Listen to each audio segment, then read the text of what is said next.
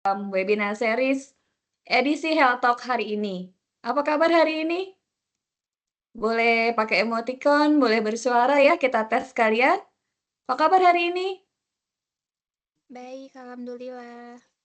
Luar Aduh, biasa, Bu. alhamdulillah luar biasa ya. Semoga mata kita semua masih segar ya untuk Baik, menyimak Bu. ilmu yang luar biasa pagi ini. Sebelumnya maaf terkait suara saya rada sesak, tapi semoga bisa terdengar jelas ya di tim Soul People. Saya adalah Teresya Mahwanti dari tim Human Resources yang akan menemani rekan-rekan selama 1,5 jam ke depan dalam acara SGH Webinar Series edisi Health Talk dengan topik Mengenal dan Mengatasi Digital Age Trend.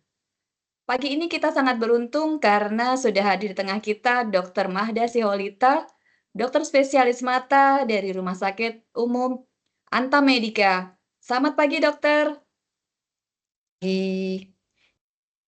Terima kasih dokter sudah berkenan hadir pagi ini dan akan memberikan edukasi buat kami.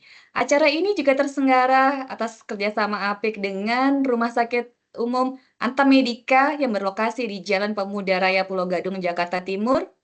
Telah hadir bersama kita Bapak Ferdi Juwawena selaku marketing RSU Anta Medika. Selamat pagi Pak Ferdi. Halo, selamat pagi semua. Pagi Bu Rere. Selamat pagi Bapak. Oke, terima kasih Pak Ferdi sudah berkenan berpartisipasi, memberikan edukasi kesehatan, serta mendukung peningkatan kualitas kesehatan pekerja bagi karyawan SGH Group dan juga rekanan. Sebelum kita memulai rangkaian acara yang bermanfaat ini, marilah kita sejenak membuka dengan doa sebagai perwujudan SGH Purpose, yaitu menjunjung kepedulian terhadap kehidupan manusia sebagai prioritas kami yang tertinggi untuk memuliakan Tuhan Yang Maha Esa. Untuk melancarkan ke acara ini, izin saya pimpin doa kali ini. Segala puji syukur kami panjatkan kehadirat-Mu ya Tuhan, atas segala rahmat, karunia, serta nikmat yang Engkau limpahkan kepada kami. Ya Tuhan, berikanlah kami bimbingan, kekuatan dan keberanian dalam menghadapi segala rintangan, tantangan dan peluang dalam kehidupan dan pekerjaan, serta mampu membawa kebaikan bagi sesama. Ya Tuhan, berikanlah rahmat serta berkah-Mu bagi Soho Global Health, Rumah Sakit Umum Anta Medika, tempat kami semua bekerja mencari nafkah untuk terus bertumbuh dan berkembang dalam menyehatkan masyarakat Indonesia. Ya Tuhan yang Maha Pengasih dan Penyayang, jadikanlah kegiatan SGH Webinar Series hari ini menjadi kegiatan yang Engkau ridhoi, Engkau rahmati, dan juga berkati, sehingga dapat berjalan dengan lancar dan memberi manfaat serta membawa berkah bagi tim kami. Ya Tuhan, hanya kepadamu kami meminta pertolongan dan keselamatan, sesungguhnya Engkau adalah sebaik-baiknya penolong. Amin. Baik, terima kasih rekan-rekan semuanya. Nah, sebagai SGH Webinar Series ini adalah sebagai komitmen ya dari PT Soho Global Health untuk menjaga kesehatan Soho People sekalian juga rekanan.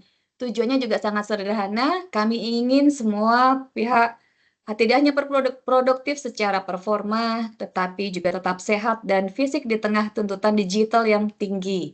Nah, sebelum saya lanjut, di layar rekan-rekan, sudah terpampang ya nomor HR official WhatsApp account. Ini adalah jalur cepat bagi rekan-rekan yang butuh komunikasi resmi dengan perusahaan. Bagi Soho People juga kami sampaikan ada program medical doctor ya, dan silahkan rekan-rekan juga bisa melampaikan konsultasi kesehatan terkait kesehatan rekan-rekan dan juga keluarga, gitu ya. Manfaatkan juga program-program yang dari kami. Nah, oke. Nah, di dalam medical doctor tersebut kita juga ada klinik ya.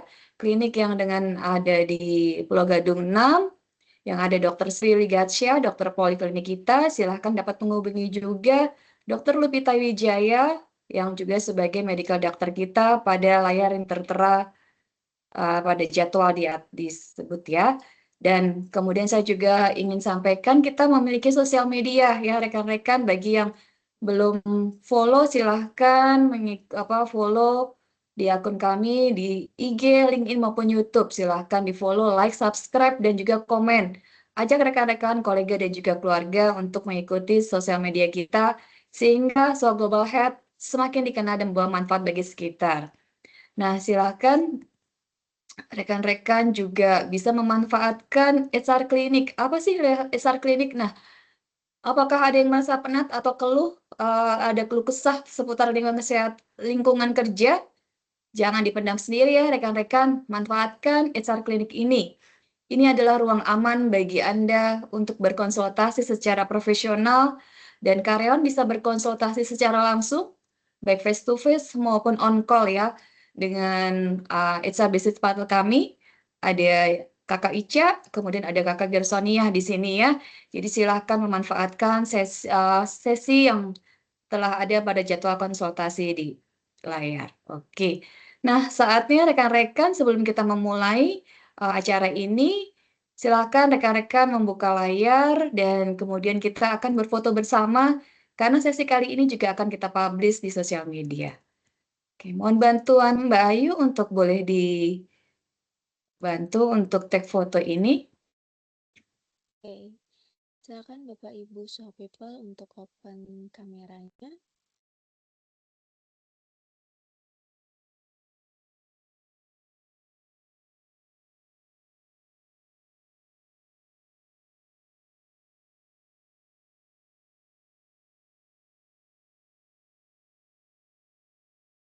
Oke, saya capture dulu yang pertama ya. 1, 2, 3.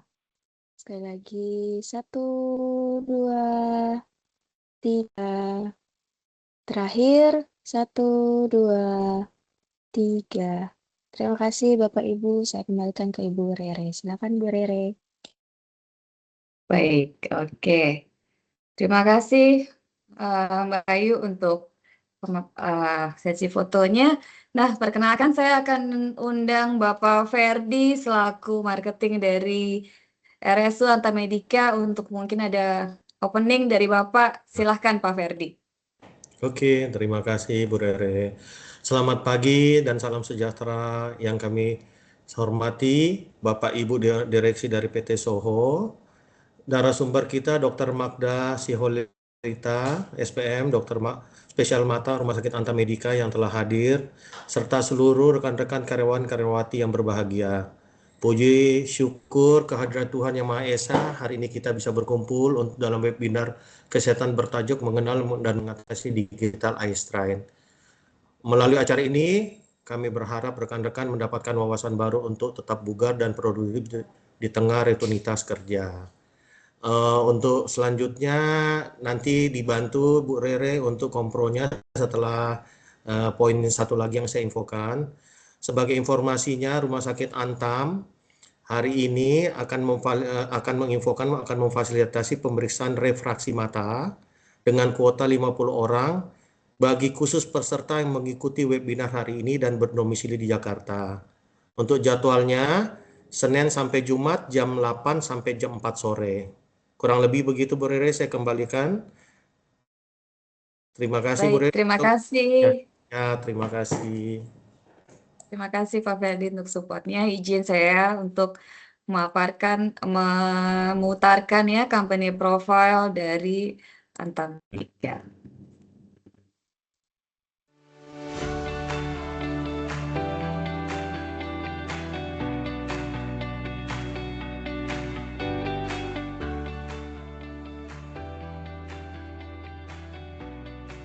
Antam Medica Hospital has an expert and experienced medical team that prioritizes the safety and comfort of patients and families.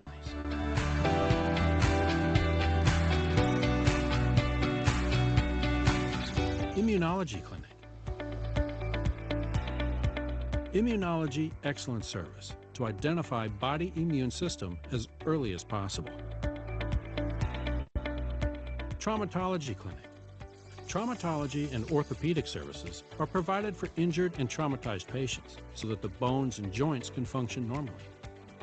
Antam Medica Hospital provides traumatology and orthopedic services for patients who suffer injuries due to accidents or violence. Antam Medica Hospital received an award from BPJS Kantanaga K. Erjan as the best hospital in East Jakarta for trauma center services. Antam Medica Hospital has been appointed as a Trauma Center Hospital, or RSTC, by BPJS Kantanaga K. Erjan. Medical checkup. Antam Medica Hospital offers medical checkup facilities that allow patients to get health services in the form of early detection, as hemodialysis is dialysis therapy outside the body for someone whose kidneys are not working normally. EECP. Endoscopy. Physiotherapy. Aesthetics. And medical checkup. Outpatient Antam Medica Hospital. Outpatient Antam Medica Hospital consists of specialist polyclinic,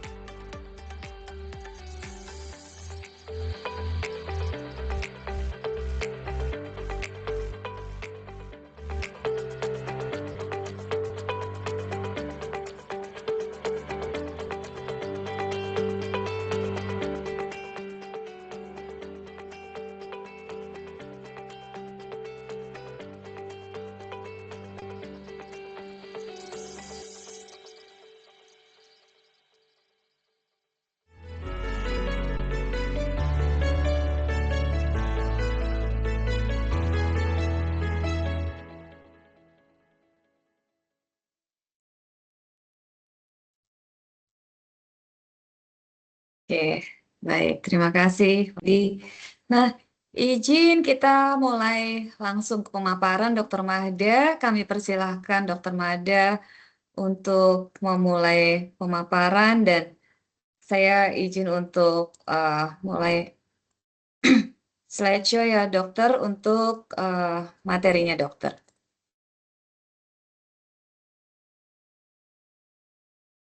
Baik, apakah suara saya sudah terdengar jelas? Baik. Sudah terdengar jelas, Dr. Mahda. Ya. Selamat pagi, terima kasih kepada Ibu Rere yang sudah memperkenalkan dan menayangkan CV saya. Bapak Ibu sekalian, dengan kemajuan teknologi dan pasti tuntutan pekerjaan, saya yakin bahwa Bapak dan Ibu semua memiliki dan menggunakan banyak waktu dengan perangkat digital, baik itu komputer, smartphone, tablet, dan sejenisnya.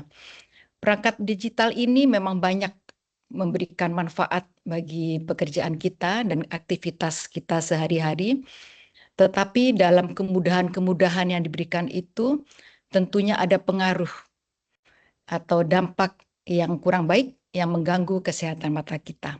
Oleh karena itu, pada kesempatan hari ini, saya akan membawakan materi yang berjudul Mengenal dan Mengatasi Digital Eye Strain. Slide. Digital Eye Strain atau umumnya disingkat juga dengan DES, dan tentunya Bapak Ibu juga pernah mengenal dengan istilah Computer Vision Syndrome. Itu merupakan suatu gejala pada mata dan penglihatan yang timbul akibat penggunaan perangkat digital secara berlebihan atau dalam waktu yang cukup panjang. Mengapa hal ini perlu diingatkan kembali? Karena masalah ini merupakan suatu masalah kesehatan mata dan terus meningkat kasus ini setiap tahunnya. Kita lihat ya di sini, prevalensi global sebesar 64% sampai 90% pengguna komputer itu menderita DES. Dan setiap tahun bertambah 1 juta kasus baru. Asia menduduki peringkat yang nomor 2 dengan persentase 69,9%. Kemudian bagaimana dengan Indonesia? Indonesia ini juga cukup tinggi, sebesar 56% sampai 87,2%. Dan pada kelompok pekerja di atas 50% sebesar 69,2%. Nah, ini juga sangat mengkhawatirkan ya, durasi penggunaan komputer di Indonesia ini melampaui global. Global sebesar 6 jam, Indonesia mencapai 8 jam 36 menit.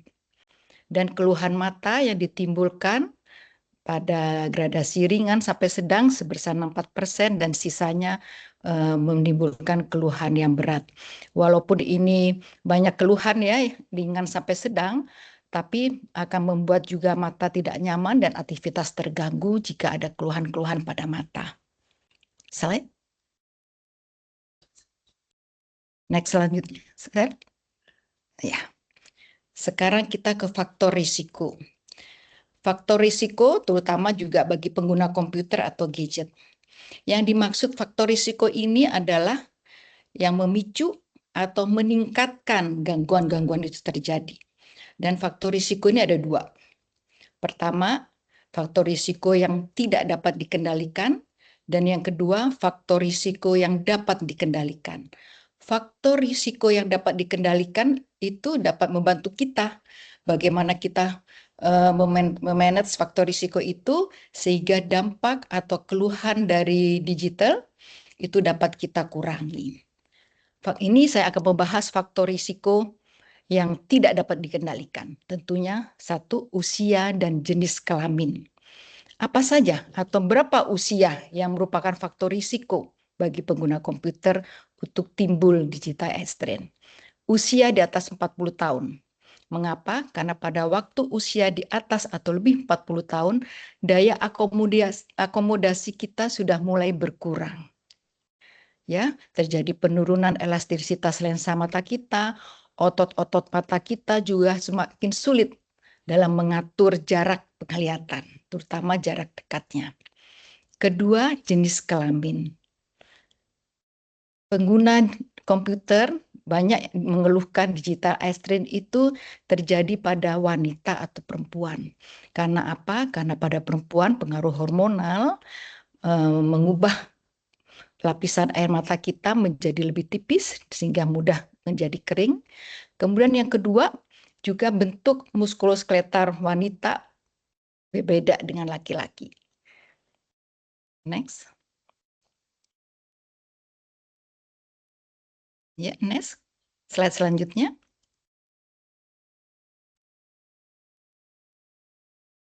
Ini adalah faktor-faktor risiko karena yang bisa kita kendalikan ya.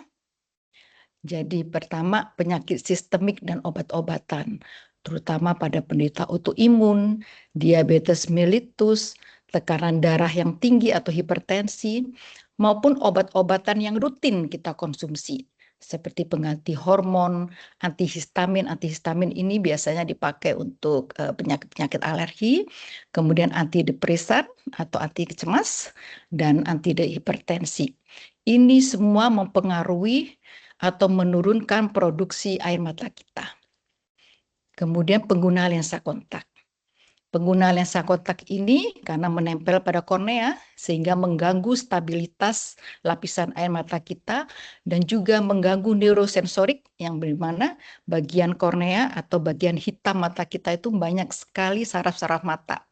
Jadi kalau kita menggunakan lensa kontak semuanya akan terganggu sensitivitasnya sehingga stabilitas lapisan air mata kita juga terganggu. Kemudian yang sangat penting di sini durasi penggunaan komputer. Nah, dalam beberapa penelitian, jika kita menggunakan komputer atau gadget lainnya lebih dari 4 jam per hari tanpa istirahat, itu memiliki risiko 3,5 kali lebih besar menderita DES. Dan juga ada jurnal terbaru mengatakan bahwa lama bekerja, ternyata lebih dari 8 tahun bekerja dengan penggunaan komputer yang tidak henti, ini juga berisiko lebih tinggi.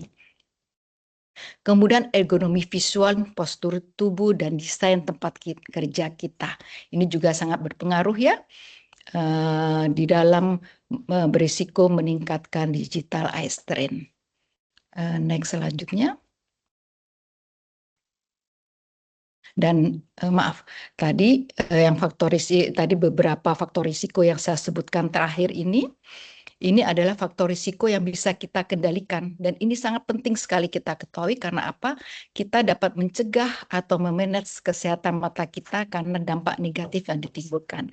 Setidak-tidaknya kita bisa mengatur atau minimalkan sehingga DES itu dapat mengganggu kesehatan itu dapat dikurangi. Slide selanjutnya. Nah, penyebab apa saja yang dapat menimbulkan DES? Ini ada 3. Pertama, faktor individu. Berarti mata kita ya. Dari mata kita pada saat kita melihat itu ada respon gerakan mata, akomodasi, dan fregensi. Kita lihat pada gambar. Gambar pertama, jika kita melihat jauh, yang terjadi adalah bola mata kita lurus ke depan. Tapi pada saat kita melihat dekat, bola mata kita bergulir ke arah dalam. Ini jika ada gangguan atau hambatan atau ada suatu penyakit tertentu yang menyebabkan ketiga hal ini akan menyebabkan terjadinya DES. Apa yang dimaksud dengan respon gerakan mata? Nah, respon gerakan mata ini merupakan suatu mekanisme otomatis yang merupakan koordinasi, baik itu dari otot-otot luar bola mata, sistem saraf, dan otak kita untuk memastikan bahwa objek yang kita lihat atau cahaya yang kita lihat itu jatuh tepat di retina. Nah, retina ini adalah daerah sensitif penglihatan kita. Karena dari retina akan diteruskan ke otak, sehingga penglihatan, kalau kita melihat dengan baik kedua mata kita, otak menerima juga dengan tajam penglihatan yang jelas. Kemudian akomodasi. Akomodasi ini mengartikan bahwa mata mampu melihat objek jelas dalam berbagai jarak. Dan ini kalau kita melihat pada saat kita melihat jarak yang jauh, maka akan terjadi lensa mata kita menjadi lebih datar ya, lebih pipih, dan otot-otot mata kita menjadi lebih rileks. Apa yang terjadi pada saat kita melihat jarak dekat? Terjadi kelengkungan lensa yang bertambah atau lebih menebal, dan otot-otot mata kita, otot siliaris ini ya, maksudnya ya, otot di dalam bagian bola mata kita itu akan berkontraksi atau bekerja lebih keras. Ini juga berpengaruh akomodasi jarak dekat ini jika kita melihat komputer atau digital lainnya, perangkat digital lainnya pada jarak yang dekat. Kemudian yang ketiga faktor mata adalah fregensi. Fregensi ini sebenarnya posisi bola mata. Jadi bola mata kita dapat melakukan deviasi dengan bergerak atau memutar secara simultan, sinkron atau bersamaan ya.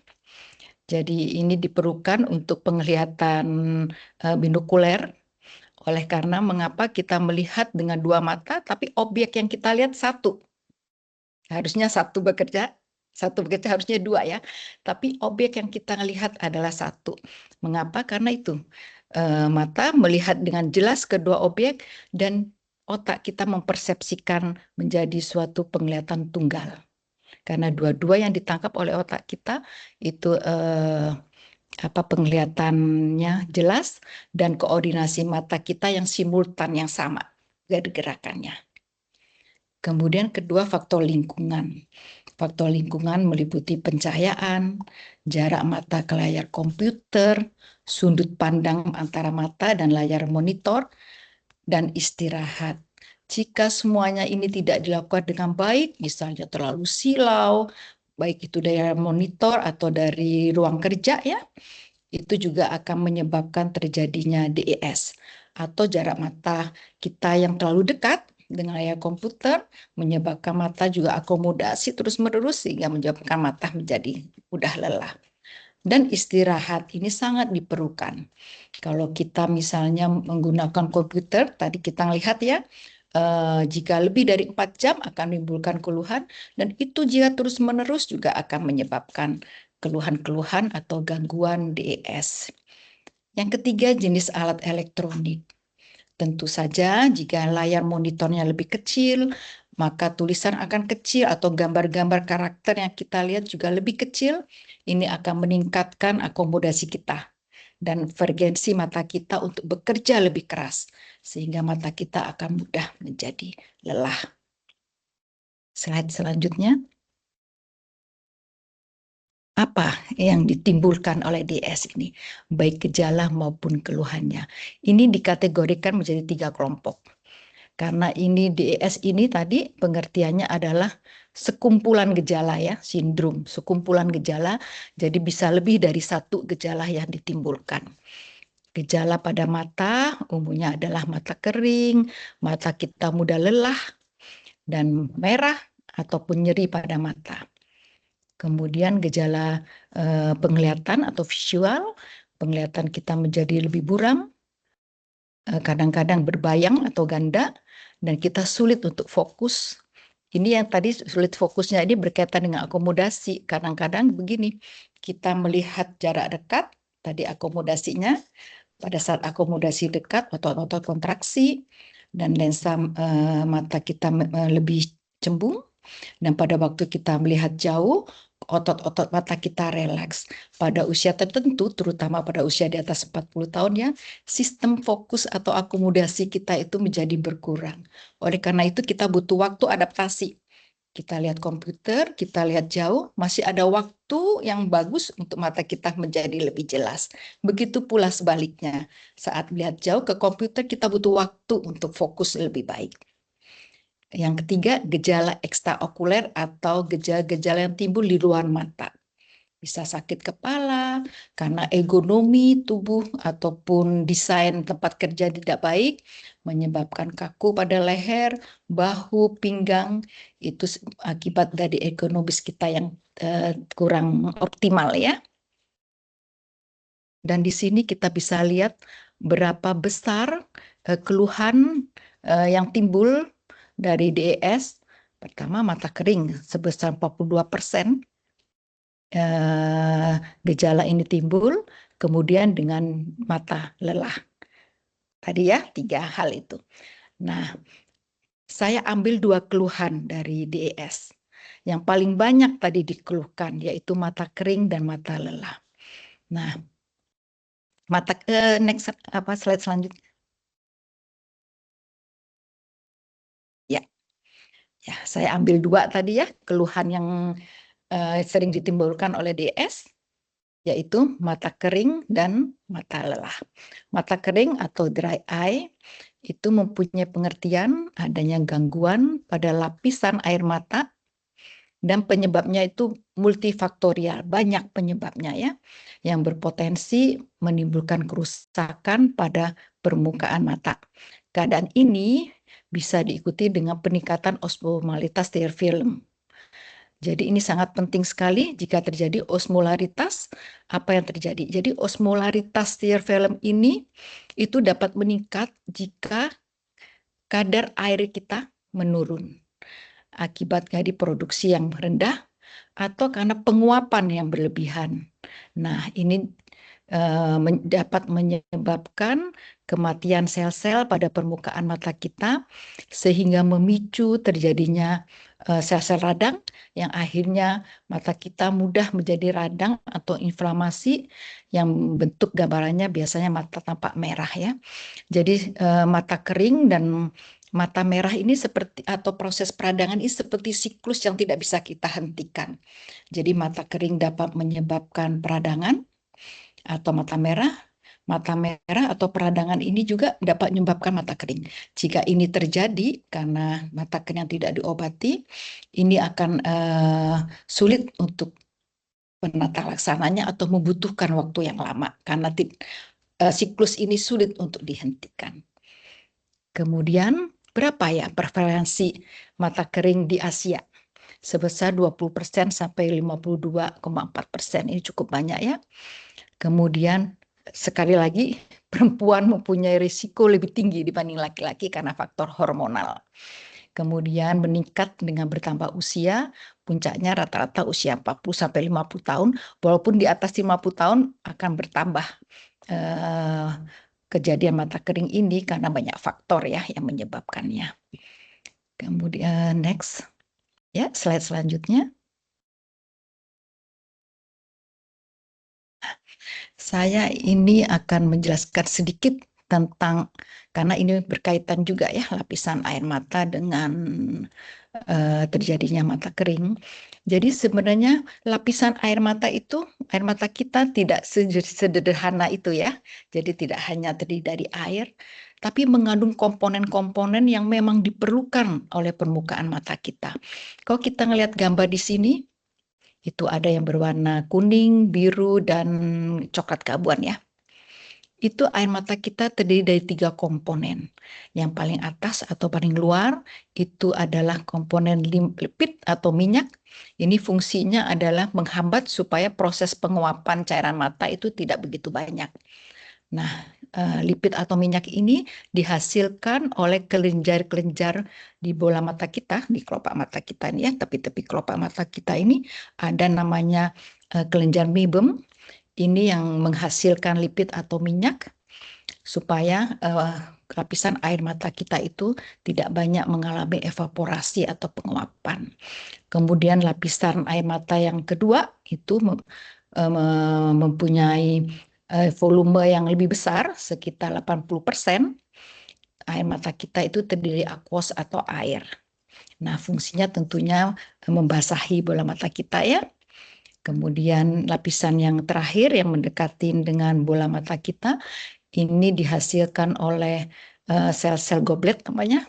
Itu ada di permukaan bagian putih mata kita yang disebut konjungtiva, yang berfungsi untuk mengeluarkan musin atau lendir. Jadi fungsinya ini untuk supaya memeratakan lapisan air mata kita ke seluruh bola mata kita, baik itu di kornea, yang bagian hitam mata, maupun bagian putih mata kita.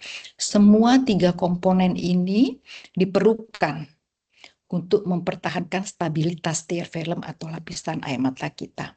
Jika salah satu komponen ini rusak, itu dapat menyebabkan keluhan mata kering. Nah, ini semoga jelas juga ya gambar yang saya tampilkan. Jadi karena mengandung 3 komponen ini, jika salah satu rusak, ini bergantung pada pengobatannya, bergantung daripada bagian mana yang mengalami gangguan. Jadi memang kompleks sekali. Jadi mata kering ini bukan sekedar gangguan yang bisa kita remehkan, karena mengandung 3 komponen ini dengan pengobatan yang berbeda-beda ya. Dan perlu kita perhatikan juga, saya mengingatkan kembali tadi, jadi kalau mata kering bisa menyebabkan keradangan, keradangan sendiri juga bisa menyebabkan mata kering, jadi berputar-putar suatu siklus. Kemudian next selanjutnya. Karena 3 tadi lapisan air mata kita terdiri dari 3 komponen, jadi penyebab mata kering itu dari 3 komponen itu. Pertama, yang paling banyak tadi adalah komponen aquos atau air ya. Jadi pertama penyebab mata kering bisa disebabkan karena kekurangan aquos atau air. Itu biasanya pada penyakit autoimun. Mungkin Bapak dan Ibu-ibu pernah mendengar Sjögren syndrome. Itu juga menyebabkan gangguan pada kelenjar lacrimalis kita yang memproduksi aquos. Kemudian peningkatan evaporasi. Kita lihat di sini, peningkatan evaporasi itu terjadi pada pengguna gadget. Kenapa? Karena pada saat kita menggunakan gadget, kita lupa untuk berkedip. Nah, karena pada saat berkedip itu sebenarnya kita memeratakan lapisan air mata kita, dan kalau kita tidak berkedip, banyak penguapan dari lapisan air mata kita keluar. Kedua, pengguna lensa kontak karena dia menempel ya di bagian kornea mata, jadi juga mengganggu dari proses evaporasi. Jadi dia dapat meningkatkan proses penguapan air mata. Kemudian yang ketiga adalah penurunan dari keterbasahan permukaan mata. Ini yang tadi lapisan musin atau lendir itu yang terganggu bisa menyebabkan menyebabkan dry eye. Jadi begitu tadi Bapak dan Ibu, gejala klinis menjadi penyebab mata kering itu hampir sama. Tetapi penata laksanaannya tentunya berbeda karena ini juga bergantung kepada apa yang penyebabnya dari 3 komponen itu, apakah keluhannya apa saja, dan juga berdasarkan pada derajat keparahan ya, karena mata kering itu dapat dibedakan dari ringan, sedang, dan berat. Walaupun kadang-kadang mata kering yang ringan itu tidak menimbulkan gejala, tapi bukan berarti kita menderita dry eye atau mata kering, karena dry eye atau mata kering ini muncul belakangan. Karena apa? Karena terjadi karena mekanisme normal kita itu tidak lagi mampu mengantisipasi ketidakseimbangan lapisan air mata itu. Ya, bukan berarti kita tidak ada keluhan dari kita tidak menderita mata kering atau dry eye. Nah, apa gejala dari keluhan yang ditimbulkan?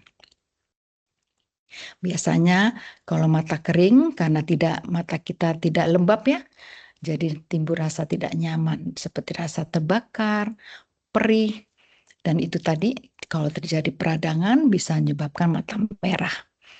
Kemudian tadi fungsi salah satu dari lapisan air mata itu adalah membuat atau melapisi kornea mata kita, karena kornea mata kita kan media penglihatan ya, itu menjadi lebih lembab, dapat terlapisi dengan baik, sehingga kalau itu terganggu menyebabkan penglihatan mata kita menjadi tidak fokus dan kurang clear ya, tidak clear atau tidak tajam, mudah silau dan sensitif terhadap cahaya, karena kalau mata kering tidak melapisi baik pada kornea, jadi kornea sebagai media penglihatan juga menjadi terganggu fungsinya. Kemudian juga dapat menyebabkan mata menjadi pegal atau nyeri dan mudah lelah. Slide selanjutnya. Ini adalah hal 2 yang perlu kita bahas juga mengenai mata lelah. Tadi ada 2 ya, 2 peringkat terbesar ini. Gangguan pada DES, yaitu mata kering dan mata lelah. Kita kemudian akan bahas mata lelah. Nah, mata lelah ini biasanya banyak keluhan kasus-kasus atau pasien yang datang itu dengan kenapa ya dok ya saya ini mengantuk terus. Kelopak mata seperti tidak bisa dibuka. Itu biasanya yang paling sering terjadi. Dan banyak sekali selain itu mata kok rasanya tidak nyaman, rasanya pedih ya. Ini banyak sekali keluhan-keluhan subjektif ya yang dirasakan ya. Dan semuanya itu berhubungan erat dengan jenis aktivitas yang dilakukan. Bisa karena membaca buku, menonton televisi, atau gadget yang lama, atau menyetir mobil atau motor yang lama, itu bisa aja timbul mata lelah. Biasanya timbul mata lelah ini karena penggunaan mata dan sistem visual atau penglihatan yang berlebihan. Kenapa ini bisa menimbulkan mata lelah? Karena kalau kita dipaksa terus bekerja, otot-otot mata kita akan terutama jarak yang dekat dan dalam waktu yang lama akan mudah lelah. Nah, mata lelah ini dipicu oleh 2 hal ya sebenarnya. 1, kelainan refraksi. Jadi kelainan refraksi ini gangguan pada penglihatan mata kita karena tidak terkoreksi dengan baik. Misalnya sebenarnya harusnya memakai kacamata, tetapi tidak menggunakan kacamata. Yang kedua, karena gangguan akomodasi yang tadi sudah saya jelaskan ya. Kita melihat jauh akomodasinya bagaimana, melihat dekat akomodasinya bagaimana, karena ada pergerakan dari kedua bola mata yang harus seimbang, kemudian ada kelengkungan lensa yang terpengaruh maupun otot-otot di dalam bola mata. Itu jika dipaksa bekerja terus, terutama jarak dekat, akan juga menyebabkan mata lelah. Next. Baik, slide selanjutnya.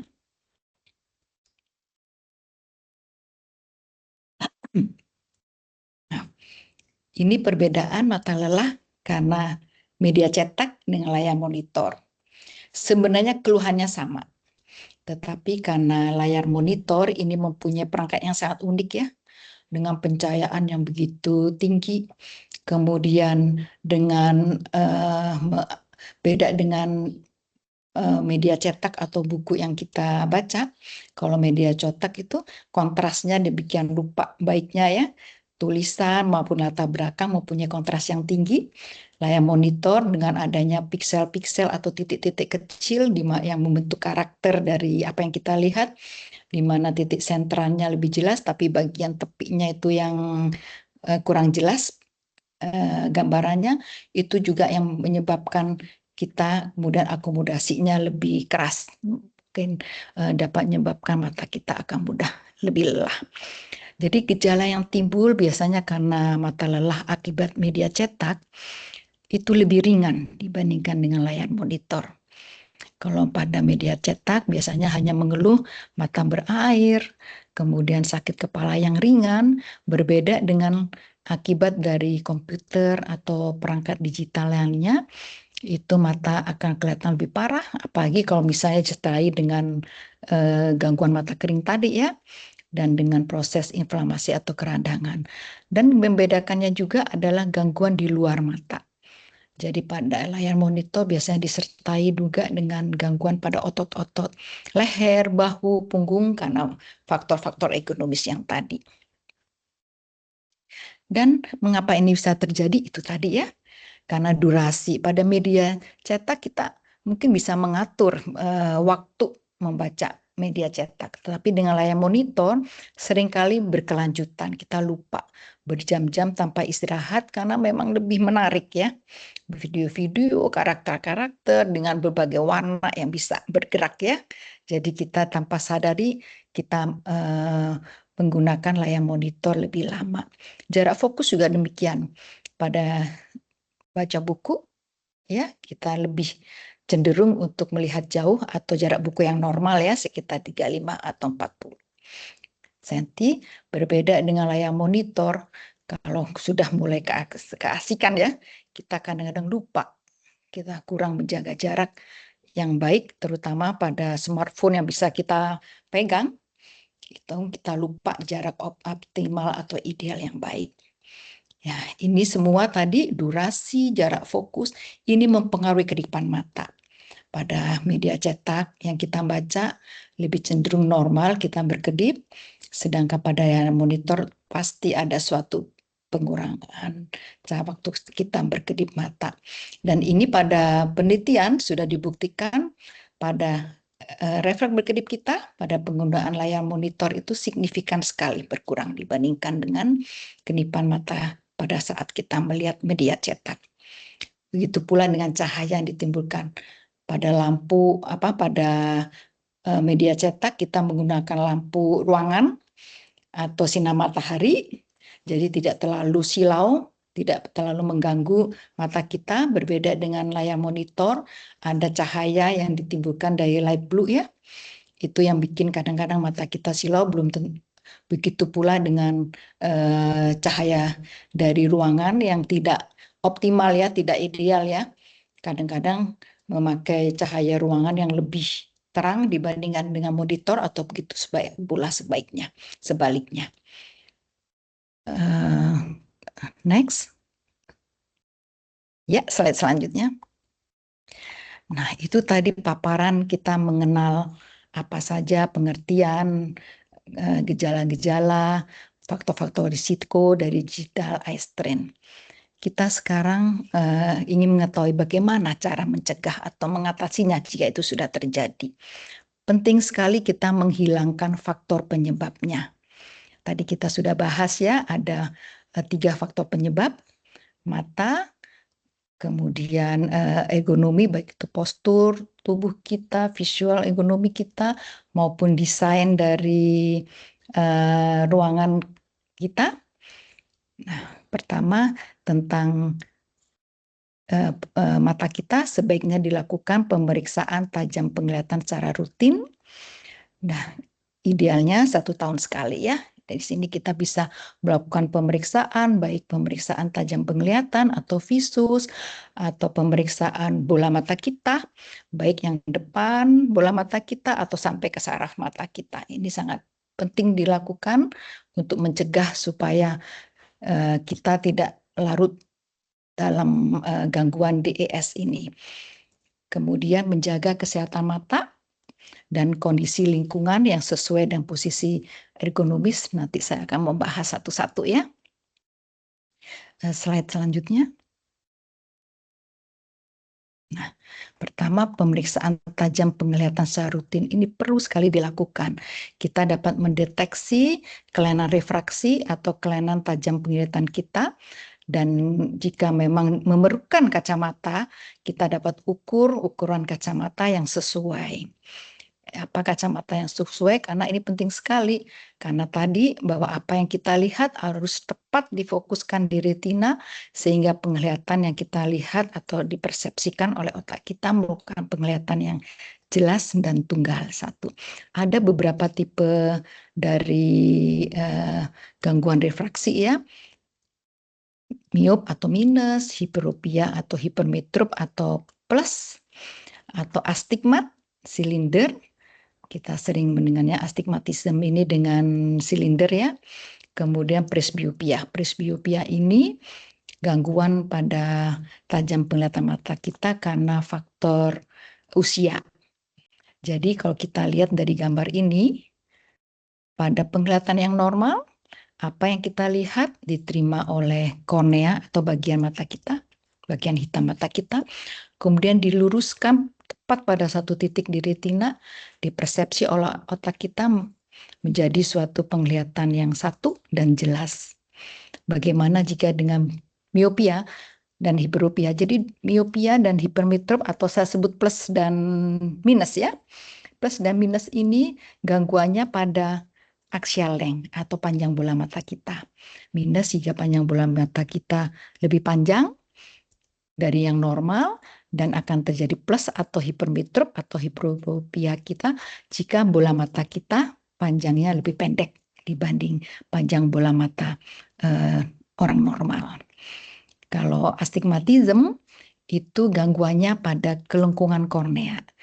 Jadi pada orang yang normal, kelengkungan kornea kita seperti bola ya. Jadi semua ukurannya itu, sudutnya itu sama. Tapi pada astigmatism atau kelainan-kelainan silinder, pada sudut tertentu atau pada aksial tertentu mengalami tidak sama sudutnya dengan kelengkungan kornea yang lainnya. Itu menyebabkan apa cahaya, objek yang kita lihat itu menjadi berpendar ya, menjadi distorsi. Jadi terjadi pada beberapa titik di retina, tidak pada satu titik tepat di retina itu. Kalau masalah pada orang yang tua umumnya terjadi pada usia di atas 40 tahun yang kita sebut dengan presbiopia. Ini kacamata baca ya. Itu terjadi pada kekuatan elastisitas lensa mata kita. Karena pada usia tua itu elastisitas lensa mata yang tadi pada proses akomodasi yang membantu jarak dekat kita mencembung, jarak jauhnya lensa mata kita mendatar ya, itu terganggu. Jadi tidak elastis seperti usia di bawah 40 tahun. Dan ini membutuhkan kacamata plus, tapi kacamata plus untuk membaca. Next, slide selanjutnya. Nah, menjaga kesehatan mata itu sangat penting sekali. Jadi menjaga kesehatan mata ini yang berkaitan dengan digital eye strain ya. Karena tadi faktor keluhan yang paling banyak adalah mata kering. Jadi terutama diutamakan untuk menjaga integritas lapisan air mata kita. Bagaimana caranya? Satu, istirahat. Istirahat itu sangat penting sekali. Jadi WHO menyarankan, tentunya Bapak Ibu sudah melakukan ini, semoga ya, dengan 20 rules. Artinya setiap 20 menit kita berhenti dulu melihat layar komputer. Wah, kita tadi kelewat ya, seharusnya kita 20 menit berhenti dulu ya. Ini sepertinya sudah lebih 20 menit tapi kita terus menatap layar komputer. Kemudian beristirahat dulu selama 20 detik. Nah, istirahatnya itu dengan apa? Dengan melihat objek jauh. Ini yang saya lakukan sekarang. Kita melihat objek jauh sebesar sekitar 6 meter. Jadi 20 menit kita menatap layar, 20 detik kita beristirahat dengan melihat jauh. Karena apa? Dengan posisi kita melihat jauh tadi, maka otot-otot bagian dalam bola mata kita, otot-otot siralis itu menjadi rileks. Lensa kita juga menjadi pipih. Ya, lebih nyaman. Ini disebut sebagai mini breaks. Ada juga sebenarnya macro breaks, tapi sebenarnya begini, mini breaks diutamakan ya, tetapi kalau misalnya tuntutan pekerjaan, kita bisa melakukan macro breaks. Macro breaks ini misalnya kita membaca 3 sampai 4 jam, kita di layar monitor, kita melakukan istirahat sebesar 30 menit. Ini mungkin bisa kita mencuri-curi waktu pada saat istirahat ya, jam kantor maksud saya ya. Istirahat jam kantor, kita lama komputer, pada saat istirahat kita makan atau istirahat di luar, 30 menit usahakan kita tidak memegang HP atau smartphone lainnya ya, di mata kita benar-benar beristirahat. Jadi istirahat bisa mini breaks atau macro breaks, tapi utamakan mini breaks yang itu memang sudah terbukti akan menurunkan gejala-gejala dari DS. Kemudian tetes mata artifisial. Nah, tetes mata artifisial ini fungsinya memang melembabkan mata, jadi mengurangi gejala mata kering, mata lelah, dan kesulitan dalam fokus. Tadi kita sudah membahas ya. Ini penting sekali juga dipakai jika kita sudah mengalami keluhan-keluhan ini. Nah, penata laksanaan mata kering ini tadi saya sudah bedakan karena 3 komponen ya yang menyebabkannya. Jadi tentunya berbeda-beda. Saya memberikan hanya secara ringkas aja ya, karena memang kita harus memeriksa dulu. Ada beberapa pemeriksaan dari mata kering ini sehingga kita tahu faktor mana yang mengalami gangguan. Apakah dari aquosnya atau airnya, apakah dari lipid atau lemaknya, ataukah dari musinnya atau lendirnya. Jika misalnya terjadi pada kelenjar lemak, dikompres dengan air hangat atau dibersihkan kelopak matanya atau memakai tetes-tetes mata.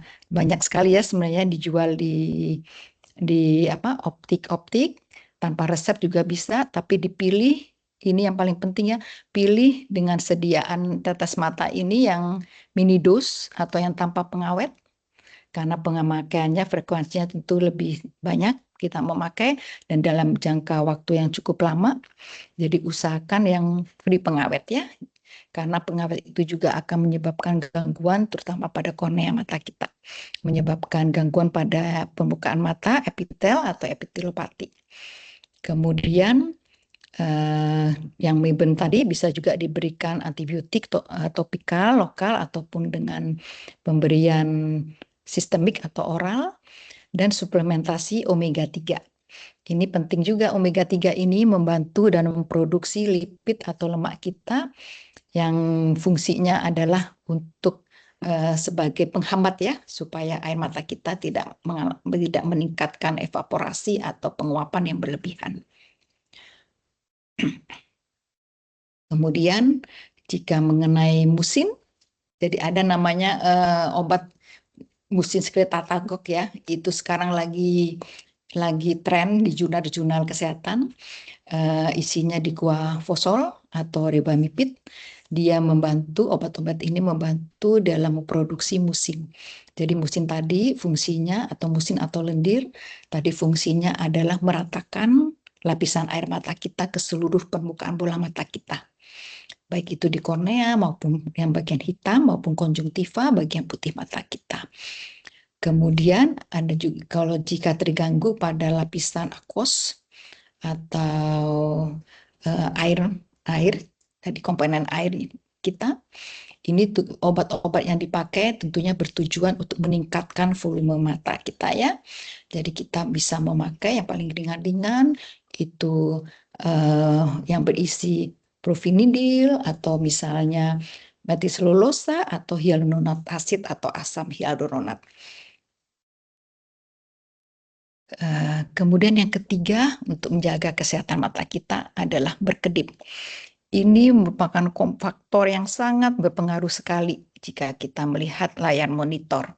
Apalagi dengan durasi yang lama atau lagi tuntutan pekerjaan yang kita mengejar waktu harus terselesaikan dalam 24 jam nih pekerjaan kita. Kita lama melihat layar monitor, kita lupa untuk berkedip. Padahal berkedip ini penting sekali. Dengan kita berkedip, kelenjar kita tertekan memproduksikan air mata cukup, kemudian terjadi penyebaran lapisan air mata ke seluruh bola mata kita, dan tentunya juga menghambat proses evaporasi atau penguapan ya. Rata-rata secara normal atau pada saat kondisi mata kita rileks, kita berkedip 10-15 kali per menit. Tetapi apa yang terjadi pada saat kita melihat layar monitor, refleks berkedip kita menjadi menurun. Dan ini sangat-sangat signifikan. Kita berkedip hanya 5-7 kali per menit. Kemudian penggunaan komputer, ada juga yang mengatakan selama 45 menit ini akan mengurangi tingkat kedipan kita sampai di atas 50%. Dan penurunan frekuensi yang berkedip ini, jika ini terus berlanjut, ini akan memperburuk lapisan air mata kita. Kalau itu dibiarkan tentunya akan mengganggu juga ya media penglihatan kita yang utama, yaitu kornea. Slide selanjutnya. Baik. Apa yang menyebabkan frekuensi kita mengedip itu menurun? Nah, itu terjadi jika kita melihat layar monitor, kemudian dengan ukuran dan kontras tulisan dan kualitas gambar yang tidak baik. Ya, dan kebanyakan ini layar monitor ini kontrasnya juga tidak baik ya. Tadi yang saya terangkan karena ada titik-titik piksel di mana bagian sentralnya itu lebih jelas dibandingkan dengan bagian tepinya. Berbeda dengan media cetak ya yang kita baca itu mempunyai kontras yang lebih baik antara tulisan dengan latar belakangnya. Kemudian jika kita suka menyipitkan kelopak mata, jadi kadang-kadang ada yang malas untuk memakai kacamata. Padahal kacamata itu diperlukan untuk melihat jelas. Jadi dia malas, akhirnya apa? Memberikan lebih kalau kita menyipitkan kelopak mata supaya melihat apa yang kita baca itu menjadi lebih jelas. Ini ya dampaknya juga akhirnya frekuensi mengedip kita juga menjadi menurun. Pengguna lensa kontak pasti ya. Itu karena mengganggu permukaan bola mata kita, jadi frekuensi mengedip kita juga pasti akan menurun dan bertambah usia. Bertambah usia ini karena memang semua mengalami penurunan, baik itu di dalam kelopak mata atau refleks berkedip kita, dan terutama pada perempuan ini maksudnya adalah perempuan pekerja ya, itu lebih banyak yang perempuan yang karena peningkatan juga pada mata kering, dan ini akan menyebabkan penurunan dari frekuensi mengedip. Kemudian ini kalau kita melihat layar monitor, maka pengedipan kita itu dapat dinilai sebenarnya. Jadi kalau misalnya kita tidak bisa menilai diri kita ya, mungkin teman di sebelah kita bisa melihat apakah pengedipan yang kita lakukan itu komplit atau incomplete. Ataukah kita tidak mengedip sama sekali. Nah, pengedipan ini ada derajatnya. Derajat ketiga ini yang paling bagus. Jadi pada waktu kita mengedip, benar-benar kelopak mata bagian atas dan bawah kita itu bertemu. Dan tidak ada kornea atau bagian mata hitam kita yang tampak ya. Itu disebut komplit. Kita berkedip dengan sempurna, dengan komplit ya. Ini ideal sekali ya. Kemudian pada derajat 2, apabila kelopak mata atas kita tidak sampai pada kelopak mata bawah. Jadi masih ada sekitar setengah atau sepertiga bagian kornea mata kita atau bagian mata kita yang terlihat. Kemudian derajat 1 ini, jadi derajat 1, derajat 2 ini merupakan pengedipan yang incomplete ya, apalagi derajat 1 ini lebih berat ya, di mana kelopak mata atas itu sampai bagian atas sedikit dari bagian tepi dari bagian hitam mata kita. Jadi benar-benar ini dikatakan tidak berkedip ya untuk yang derajat 1. Dan ini memberikan risiko yang untuk derajat 1 dan 2, risiko infeksi atau peradangan atau rusaknya epitel kornea, terutama bagian bawah. Baik, slide selanjutnya. Nah, ini kalau misalnya Bapak dan Ibu-ibu sekalian mau melakukan sekarang, boleh silahkan kita melakukan exercise mata. Jadi sebenarnya berkedip itu bisa dilatih. Jadi latihan berkedip ya. Begini, setiap 20 menit kita menutup mata selama 2 detik. Kemudian membuka mata kita dan menutup kembali selama 2 detik. Diikuti langsung dengan pemejaman mata yang sangat kuat ya. Dari kelopak mata atas, kelopak mata bawah harus bertemu. Karena itu pengedipan yang komplit ya. Selama 2 detik. Jadi kita berkedip setiap 20 menit ya, kita menutup mata selama 2 detik. Kemudian membuka lagi, jangan lama-lama ya kalau nutupnya ya, cukup 2 detik ya, nanti ditinggal sama temannya. Jadi kita menutup mata selama 2 detik, kemudian membuka kembali, menutup kembali selama 2 detik, kemudian memejamkan mata begitu kuat ketemu, itu selama 2 detik. Kita bisa latihan berkedip pada saat mini breaks ya, karena setiap 20 menit kita diharapkan berhenti menatap layar monitor. Kemudian kita juga bisa melatih otot-otot luar bola mata kita. Itu kita membayangkan angka 8. Jadi kita dengan gerakan mata membuat angka 8 ya. Jadi dari posisi mata kita lurus ke depan, kemudian bergerak ke arah luar, samping ke bawah, kemudian ke arah dalam, ke arah tengah lagi, sentral lagi, kemudian otot-otot mata kita kemudian digerakkan lagi ke arah atas, samping luar, kemudian ke atas, kemudian samping dalam, kemudian ke bagian sentral. Itu kita ya bergerak itu seperti angka 8. Ini membantu juga otot-otot mata kita supaya lebih rileks.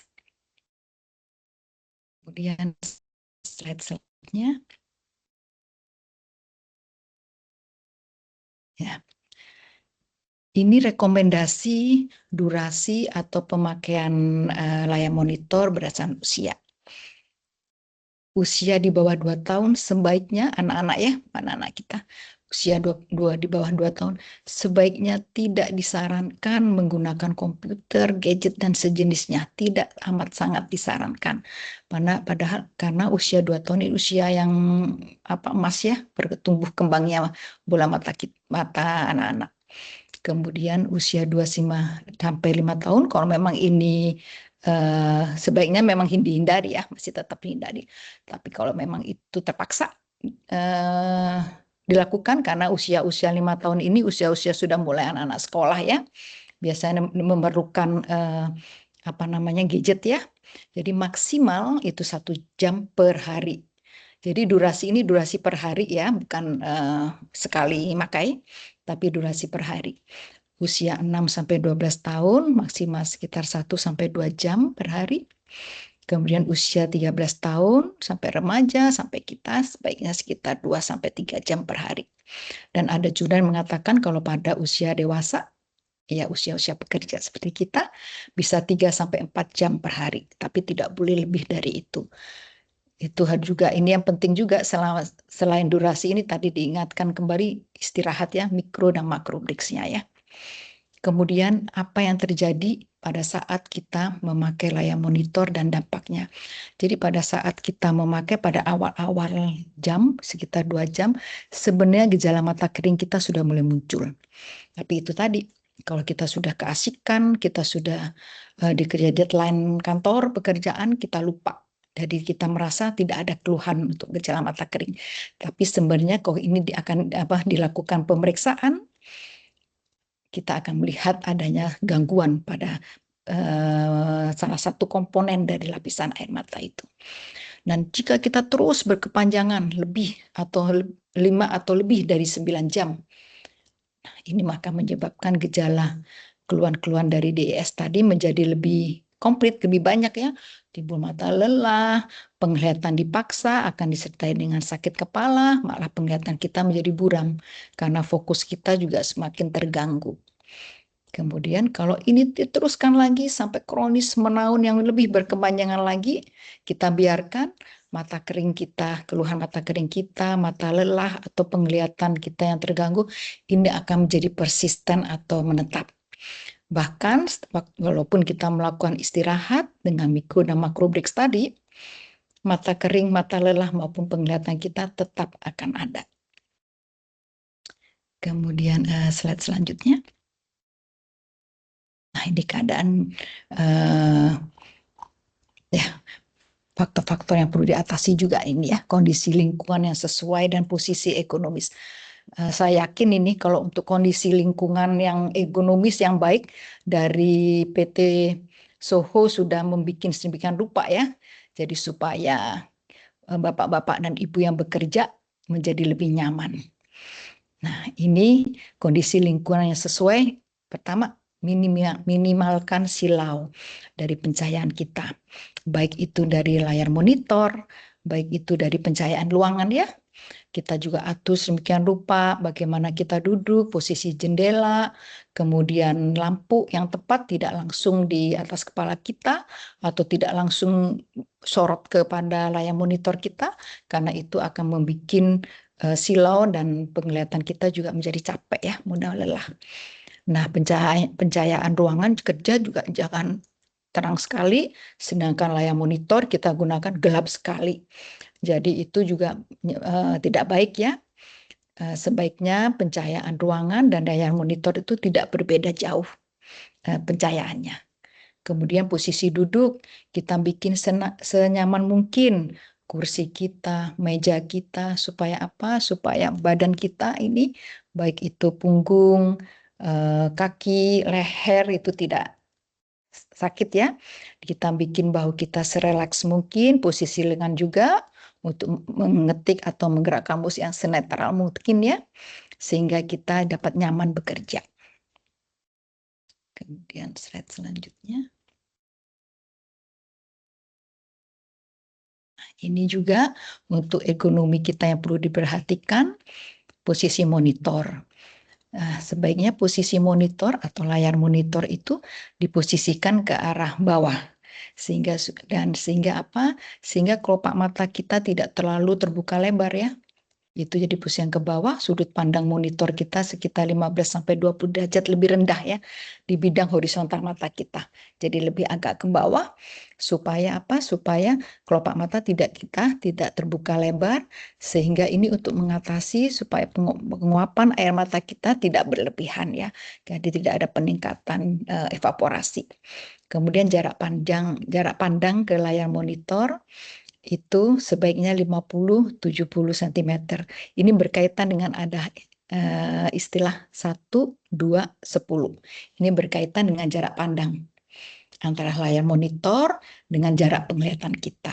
Misalnya 1 itu berlaku untuk ukuran layar monitor yang kecil. Itu seperti smartphone, kemudian HP ya, telepon genggam yang kecil-kecil ukuran layar monitornya. Diharapkan jaraknya itu sebesar 1 itu 1 kaki atau 1 kaki itu sama dengan 30 cm, 30 atau 35 cm. Kemudian layar monitor komputer itu sebaiknya berjarak 2 kaki atau sekitar 60 cm ya, jadi antara 50-70 cm lah. 60 cm itu masih oke untuk jarak layar komputer.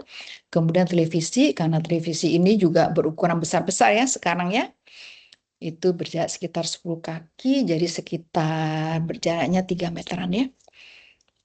Ini supaya juga mengatasi atau mencegah tidak timbulnya DES atau digital eye strain akibat layar monitor. Slide selanjutnya. Ya, ini saya mengingatkan kembali, jadi pesan yang mungkin bisa dibawa pulang yang bisa diingat ya. 1, terapkan micro breaks atau macro breaks, tapi macro breaks itu kalau memang kita tidak bisa rutin melakukan micro breaks itu nanti yang untuk perlakuan yang kedua kita terapkan dulu yang micro breaks yang lebih baik hasilnya 20-20-20.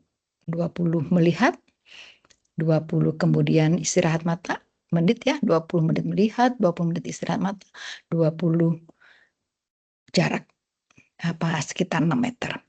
Kemudian berkedip lebih sering. Maksudnya berkedip ya sesuai normal kita ya. Itu supaya membantu apa? Supaya tidak terjadi proses evaporasi berlebihan maupun stabilitas dari lapisan air mata kita. Optimalkan ergonomi, baik itu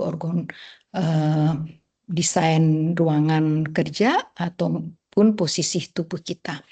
Kemudian juga yang sangat penting, jangan abaikan keluhan atau gejala. Jadi jangan dibiarkan sampai kemudian kita melihat bermanifest ya, kita melihat memang mata kita merah, mata kita kemudian tadi ada gambarnya di sekitar kelopak mata kita seperti ada jerawat kecil-kecil, itu sudah masuk ke mata kering tipe sedang. Jadi jangan abaikanlah keluhan atau gejala-gejala, seminimal mungkin pun kita tetap harus berobat ya untuk mengetahui faktor penyebabnya. Ini jadi perlu sekali memeriksakan penyebab yang mendasar. Penyebab yang mendasar tadi ada 3 ya. Mata kita, mungkin kita perlu pemeriksaan tajam penglihatan atau pemeriksaan refraksi. Jadi apakah kita membutuhkan kacamata atau untuk melihat lebih jelas atau keluhan-keluhan yang mendasar lainnya. Baik, terima kasih kepada Bapak dan Ibu dari PT Soho. Apa yang saya jelaskan kiranya bermanfaat ya. Baik, terima kasih Dr. Mahda untuk pemaparannya. Kita berikan aplaus untuk dokter. Oke, dokter ini rasanya pemaparannya sangat detail sekali ya. Jadi kayaknya pesertanya jadi terpesona sama dokter dengan sangat cermat gitu ya. Dan bahkan tadi dokter juga memberikan ada exercise juga dengan peserta gitu. Saya sendiri sambil melihat pemaparan dokter juga ikut melaksanakan exercise tadi, Dok. Gitu ya. Nah, dokter terima kasih sudah memberikan edukasi kita tentang kondisi medis DES tadi ya, Dok, dengan sangat detail. Ternyata juga kondisi mata kering lelah itu ada resikonya ya, Dok, terhadap kesehatan mata. Dan tadi exercise mau mini break, makro break tadi juga diperlukan ya, Dok, ya untuk mata kita karena mata kita perlu rileks dan istirahat gitu ya. Tidak hanya badan saja tetapi kondisi di mata kita juga ternyata sangat memerlukan untuk istirahat gitu ya. Terlebih di era digital sekarang ini ya, Dokter ya. Nah, Dok, sebelum masuk ke audience, saya merasa ada satu yang penasaran nih, Dok, nih yang saya sekarang mungkin sering juga alami, Dokter. Jadi, kadang juga saya ngerasa juga atau mungkin beberapa di kita mungkin relate juga ya, penggunaan dark mode, Dok. Jadi dark mode di gadget gitu ataupun juga di layar kita, di layar monitor kita. Kita cenderung digelapin, nggak mau terlalu terang gitu ya, Dok ya. Dark mode tadi apakah benar-benar efektif untuk mencegah DES tadi, Dok? Atau sebenarnya itu hanya mitos, Dok, sebenarnya, Dok? Seperti apa sih, Dok, menurut dokter? Boleh dibantu, Dok, dijelaskan? Baik, terima kasih Bu Riri. Jadi begini, jadi ergonomi visual ya itu berarti ya. Yang baik itu bahwa pencahayaan ruangan itu tidak boleh berbeda jauh dengan pencahayaan dari layar monitor.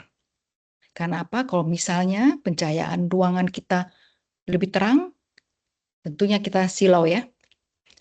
Kalau misalnya dibandingkan dengan pencahayaan layar monitor kita yang lebih gelap. Atau misalnya pencahayaan layar monitor kita lebih terang dibandingkan dengan pencahayaan ruangan, kita juga mata kita lebih pedih, tidak nyaman ya. Jadi diharapkan bahwa pencahayaan ruangan tidak jauh berbeda dengan pencahayaan yang ada di layar monitor. Kita bikin 9 rupa, kita setting 9 rupa supaya lebih nyaman. Dan kalau misalnya layar monitor lebih gelap, kita tanpa sadari kita bekerja lebih keras otot-otot mula mata kita. Pada saat akomodasi otot-otot mata kita bekerja, otot-otot mata bagian dalam ya, bekerja lebih keras, akhirnya mudah lelah. karena tadi faktor-faktor yang layar monitor yang lebih gelap itu ya. Jadi sebaiknya seimbang antara pencahayaan dan layar monitor, jangan terlalu berbeda jauh. Tadi dikatakan jangan berbeda jauh sampai 3 kali pencahayaan ya, ruangan dengan layar monitor. Baik, terima kasih dok. Jadi bukan hanya biar nggak sebelah ngintip ya dok ya, Iya, tapi juga itu seperti mengganggu fungsinya kesehatan itu. tubuh. Sepertinya Tapi ternyata manfaatnya mata itu kita ya. terlalu keras. Ya, ya. Baik dok, termasuk juga yang kalau kadang kita lagi berkendara atau dalam perjalanan ya dok ya menggunakan gadget. Kan kecil, tadi dokter juga sampaikan kalau tulisannya gadgetnya kecil, otomatis tulisannya kecil, karakternya kecil gitu ya. Betul. Dan berkendara gitu ya, maksudnya dalam perjalanan itu juga ternyata mempengaruhi juga ya dok ya untuk kondisi Ya. untuk di SI ini sendiri ya dok ya. Ya, betul. Jadi Baik layar dok. monitor, baik itu ukuran karakter yang kecil, itu memaksa mata kita untuk bekerja lebih keras. Apalagi dalam keadaan di mobil. Di mobil itu bergerak ya. Karena kita membaca itu sebaiknya kan semua objek yang kita lihat itu tegak lurus jatuh di retina. Kita sambil bergerak. Jadi itu mempengaruhi juga ketajaman penglihatan kita. Dan itu sangat mengganggu juga dalam penglihatan Oke, kita ya. jadi mulai dikurangin ya dok biar mata kita lebih sehat ya. Betul, betul. Nah, saya izin untuk membuka pertanyaan langsung bagi Ya. audiens, bagi Soul People, bagi ada yang ingin bertanya langsung, boleh raise hand. Saya berikan kesempatan untuk bertanya secara langsung atau berkonsultasi nih dengan Dr. Mada. Silahkan ada yang ingin bertanya langsung, boleh raise hand. Sudah jelas mungkin ya, Bu Rere.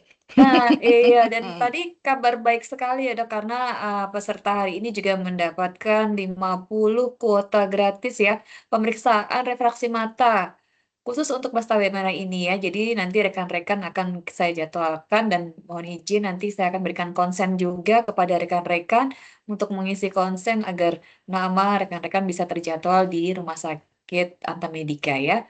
Kalau begitu saya langsung membacakan chat aja ya dokter ya, boleh nanti Boleh. sambil dijawab. Dari Ibu Dian Rahayu, izin bertanya dok, apakah penggunaan kacamata anti radiasi, kan sekarang banyak ya dok ya, atau blue light glasses gitu ya, atau kadang sekarang kacamata sering dok ditanya, mau lensanya apa nih, yang anti radiasi atau enggak gitu ya. Secara medis terbukti dapat membantu mengurangi DS tadi dok, itu yang pertama. Yang kedua, terkait penggunaan layar laptop ya dok ya, kalau fokus ini Budian intens intens dalam tingkat yang fokus tinggi gitu ya dok ya.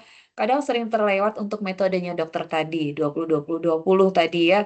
Jadi ada sensasi mata tertekan gitu ya, tertekan di antara alis di sininya dok, merasa tertekan. Apakah kondisi tersebut termasuk gangguan kesehatan mata atau ada kemungkinan lain dok? Pertanyaannya ada 2 dok, boleh dibantu jawab? Terima kasih. Baik, terima kasih Ibu Dian ya. Dian, ya. Ibu Dian, iya. Ibu Dian, terima kasih. Saya akan menjawab pertanyaan pertama ya. Pertanyaan pertama berkaitan dengan blue light dan atau anti radiasi ya. Begini Bu Dian, memang kalau kita ke optik banyak ditawarkan ya dengan berbagai macam lensa mata dan harganya juga tidak murah ya. Nah, blue light atau sinar biru ini itu sebenarnya tidak hanya berasal dari layar monitor, tapi juga bisa berasal dari matahari, sinar matahari. Jadi kita sebenarnya udah kontak terus ini dengan blue light. Nah, kalau mengapa blue light dipakai di layar monitor? Karena memang mempunyai sifat itu tadi ya, bisa ditangkap oleh mata kita, kemudian mempunyai panjang gelombang yang pendek, sehingga memberikan energi yang besar. Gitu ya. Nah, sampai saat ini jurnal-jurnal yang terbaru pun masih dalam penelitian ya, apakah blue light itu menyebabkan gangguan terutama pada retina mata. Sampai saat ini belum ada mengatakan bahwa blue light akan menyebabkan gangguan pada retina atau kornea atau lensa mata. Gitu. Jadi sebenarnya tidak ada berpengaruhnya ya sinar biru karena masih dikatakan aman lah blue light ini. Jadi kalau misalnya kita memakai kacamata dengan blue light ataupun tanpa tambahan blue light itu tidak masalah karena kan kacamata ini kita sebenarnya juga membantu supaya mata tidak terlalu kering juga ya, atau menghindari juga bola mata kita dari misalnya lingkungan AC atau apa yang penuh debu, jadi kita terproteksi. Jadi intinya adalah blue light itu di laptop atau gadget atau perangkat digital lainnya yang sekarang semuanya hampir semua TV juga pakai blue light ya, itu masih relatif aman bagi mata kita. Yang penting adalah durasi. Jadi kalau misalnya ada gangguan itu bukan dari blue light-nya, tapi durasi pemakaian dari layar monitor itu akhirnya menimbulkan gangguan-gangguan pada mata kita. Karena kalau kita bandingkan dengan sinar UV, jadi ceritanya mengapa blue light itu kita menjadi takut ya, karena matahari juga mengandung blue light. Jadi blue light dan sinar UV, kalau sinar UV sudah terbukti ya, itu menyebabkan gangguan pada mata, terutama pada retina. Itu berdampingan kan dia, sinar tersebut. Jadi itu yang membuat kita juga mempunyai pemikiran apakah blue light yang ada di layar monitor ini sama berbahayanya dengan yang di sinar matahari. Karena dia memang berdampingan dia, pencahayaannya itu. Antara blue light dengan sinar UV. Tapi sampai saat ini tidak ada jurnal yang mengatakan bahwa blue light menyebabkan gangguan pada mata, terutama pada katarak dan pada retina. Ya, tapi pasti karena penggunaan durasi komputer yang lebih lama menyebabkan gangguan tadi pada permukaan mata, mata kering, mata cepat lelah. Begitu. Ini sudah menjawab atau bagaimana saya bisa berinteraksi? Iya, boleh dok. Sudah terjawab kan Mbak Dian? Kayaknya sudah terjawab dua-duanya ya tadi Jadi ya. masih aman ya, tapi bukan berarti kita kemudian membiarkan si mata kita bekerja terus ya, karena ini masih dalam proses penelitian, jurnal-jurnal masih terus ya, masih banyak perdebatan. Sebaiknya itu kita juga menerapkan tadi 20-20-20 itu penting sekali. Karena kalau misalnya ini masih belum ada jurnal belum ada menunjukkan bahwa ada bahaya, kalau kita memakai blue light kita jadi lupa, kita jadi ceroboh ya. Wah, saya sudah aman nih, terproteksi dengan blue light. Akhirnya memakai komputer pun jadi lebih lama.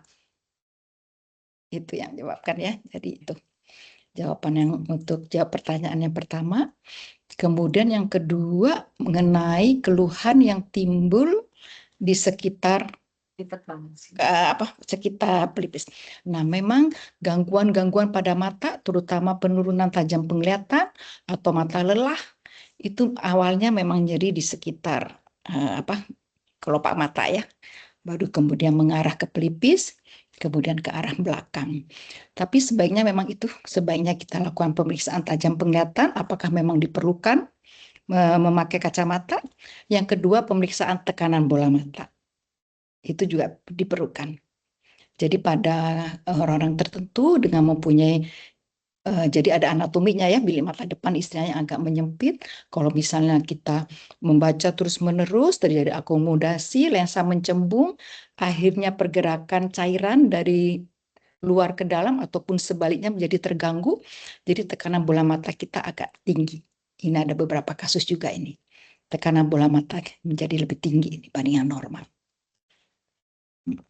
Oke, terima kasih dokter, rasanya sudah terjawab ya Mbak Dian ya. Oke, kita lanjut pertanyaan berikutnya ya dokter, karena ini ternyata ada banyak pertanyaan di bawahnya gitu ya dok. Nah, pertanyaan dari Pak Muhammad Akromi Herdiansyah atau Pak Romi. Pertanyaan pertama terkait, dok saya ingin bertanya, seringkali kita mendengar dari orang tua bahwa jangan menggunakan HP dalam kondisi gelap. Mungkin mirip kayak tadi ya, tapi ini gelap gitu ya, kondisinya gelap.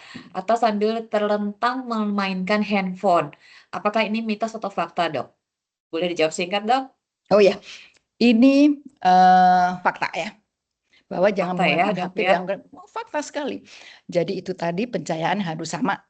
Kemudian kalau posisi terlentang atau di mobil tadi ya, karena kan kita menginginkan bahwa apa yang kita lihat jatuh di tempat retina itu harus tegak lurus. Kalau tidur-tidur kita lupa, jaraknya juga akan semakin dekat, akan semakin dekat. Jadi akomodasi juga akan semakin tinggi, ini tentunya mengganggu penglihatan kita. Oke, sudah terjawab juga ya Pak Romi terkait kedua kalau fakta sebetulnya secara medis bagaimana udah dokter jawabkan ya. Penyebab utamanya yang tadi ya pencahayaan dan lain-lain ya. Baik. Kita lanjut ke pertanyaan berikutnya dari Ibu Marina. Siang dokter, izin bertanya, bagaimana frekuensi yang benar untuk pemakaian tetes mata, Dok? Dalam kondisi mata kering ya, atau gimana Bu Marina? Ini karena mata kering dan lelah tadi, atau karena ada sakit yang lain gitu ya, mungkin perlu diperjelas. Dan apakah usia balita boleh menggunakan tetes mata? Balita usia berapa? Mungkin seperti itu lebih tepatnya ya. Oke, boleh dibantu Ya, jawab, Mbak Marina, boleh iya, open?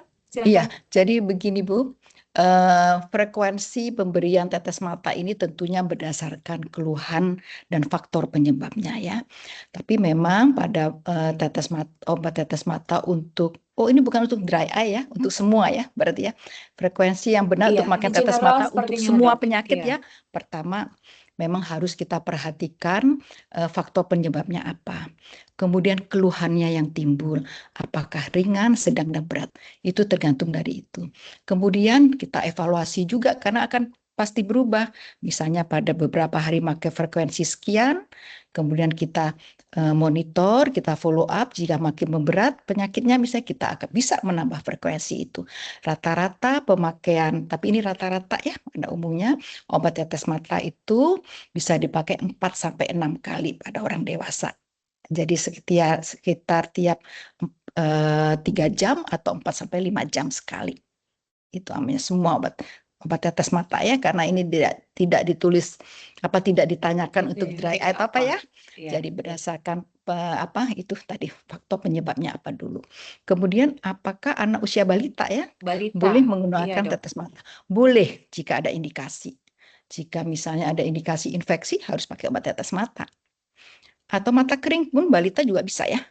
Mata kering ada obatnya. Tapi memang kita mencari obat yang aman ya, dengan efek samping yang minimal. Jadi anak-anak usia balita boleh memakai obat tetes mata. Baik, terima kasih dokter. Kita lanjut pertanyaan berikutnya dari Ibu Rina Susan ini dari cabang dok. Kalau mata seperti ada benang-benang gitu dok, ada serabut mungkin maksudnya ya. Itu kenapa dok dan bagaimana penanganannya? Mungkin kalau saya Dari tidak Ibu salah Rina tangkap Susan. ya. Kalau saya Ya, tidak salah tangkap, ini benang-benang itu mungkin floaters ya maksudnya. Jadi seperti gambaran benang-benang yang ikut gerakan mata kita atau bintik-bintik hitam. Kadang-kadang kan kita kalau ini ya kadang-kadang timbul benang floaters ya, itu istilahnya floaters. Jadi floaters itu terjadi gangguan atau perubahan konsistensi di cairan dalam bola mata kita. Jadi ada namanya vitreous, itu yang membentuk bola mata kita. Bertambah usia memang floaters ini berubah konsistensinya. Jadi kadang-kadang timbullah ini benang-benang atau seperti nyamuk-nyamuk, berbagai macam bentuk gambaran ya. Itu biasanya dipicu juga karena faktor kelelahan mata atau faktor-faktor penyakit sistemik lainnya seperti diabetes, darah tinggi, itu bisa menyebabkan floaters. Floaters masih dianggap aman jika ini perlu pemeriksaan juga. Dianggap aman jika satu tidak diikutin fotopsi atau kilatan cahaya, atau dalam pemeriksaan tuh retinanya masih attach atau menempel baik. Tapi kalau misalnya floaters disertai dengan gangguan penglihatan istilah skotoma ya, di bayangan hitam yang menetap gitu atau seperti tirai, itu kita khawatir sudah terjadi pelepasan dari retina atau ablesio retina. Karena floaters yang banyak yang dibiarkan menetap itu dapat menarik lapisan retina. Jadi perlu tindakan selanjutnya. baik. Terjawab ya Ibu Rina ya.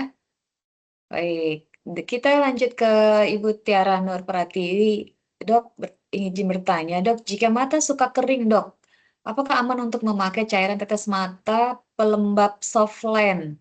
Ini jadi cairannya cairan pelembab Softland, dok, yang ditanya. Meskipun kita tidak sedang memakai Softland.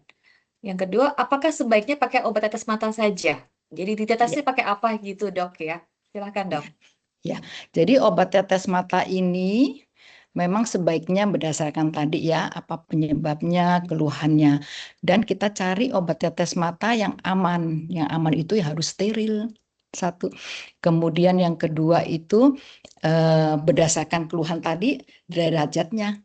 Ya, jadi kalau misalnya pakai untuk softland, jadi untuk pencuci softland sebaiknya tidak dipakai karena pasti komposisinya juga berbeda, kemudian mungkin tidak steril, dan yang ketiga biasanya ada pengawet.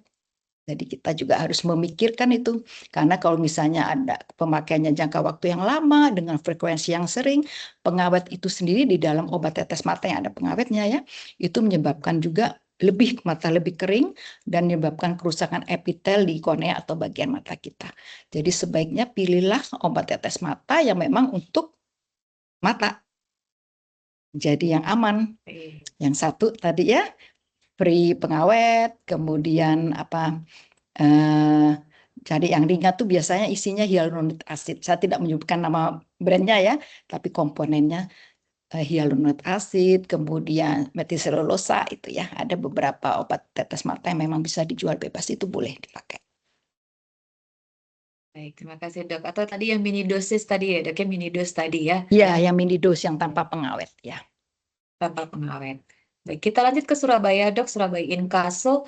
Izin bertanya dok, mata saya sebelah kiri seperti ada jaring atau garis benang. Kalau tadi kan kayak melayang tadi ya, kalau ini seperti ada benang, garis benang di kornea mata. Itu kenapa ya dok?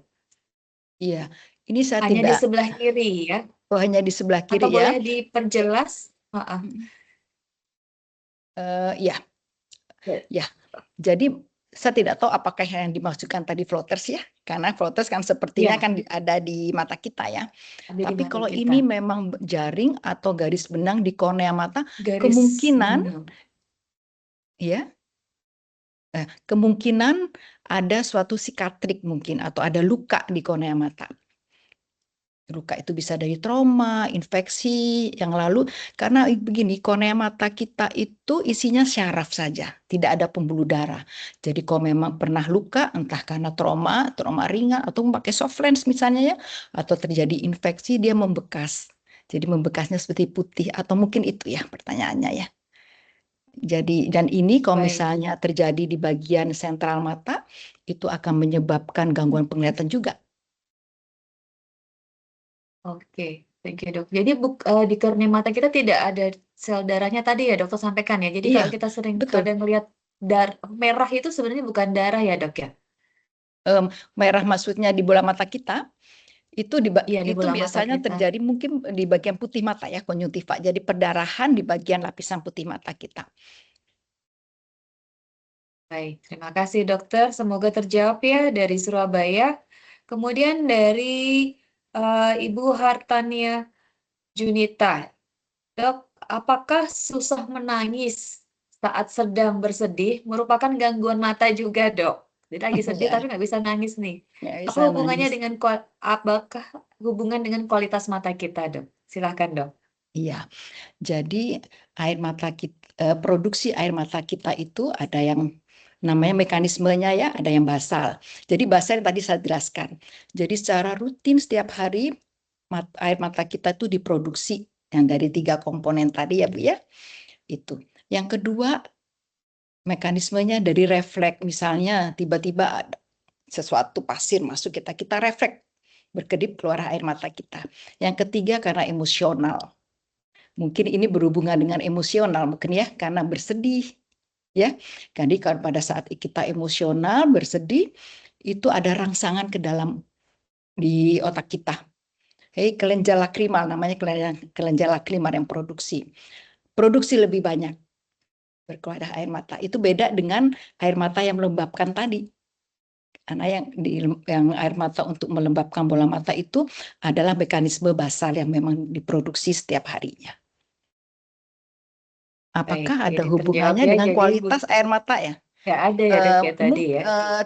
Tidak ada hubungan dengan kualitas air mata yang tadi karena memang mekanismenya berbeda ya. Berbeda, betul. Ya. Terima kasih, dokter. Kita lanjut ke Pak Denny dari Logistik Samarinda, dok. Jauh nih, dok nih. Tadi dikatakan bahwa balita usia 2 tahun ya, dok, ke bawah sebisa mungkin tidak melihat gadget, dok. Bagaimana cara kita melakukan video call kepada anak, dok? Mungkin lokasinya berjauhan. Mohon koreksi kalau ada pemahaman saya yang keliru. Gimana caranya? Karena kan mungkin sekarang lebih senang ya, dok, ya video call aja. Itu gimana, dok, triknya, dok? Betul. Iya, jadi tadi sarannya rekomendasi untuk anak-anak ya, untuk berdasarkan usia, memang sebaiknya 2 tahun jangan. diberikan smartphone atau digital lainnya ya, karena itu masa tumbuh kembang bola mata. Tapi kalau untuk video call yang sekali-sekali tanpa lama durasinya, oke-oke saja, tidak apa-apa. Tapi ini jangan berkelanjutan, nanti video call karena sudah mengenal ya, usia 2 tahun mengenal smartphone, malah lebih keasikan nanti diberi smartphone untuk fungsi yang lain, manfaat yang lain. Untuk video call aman-aman saja, tidak apa-apa.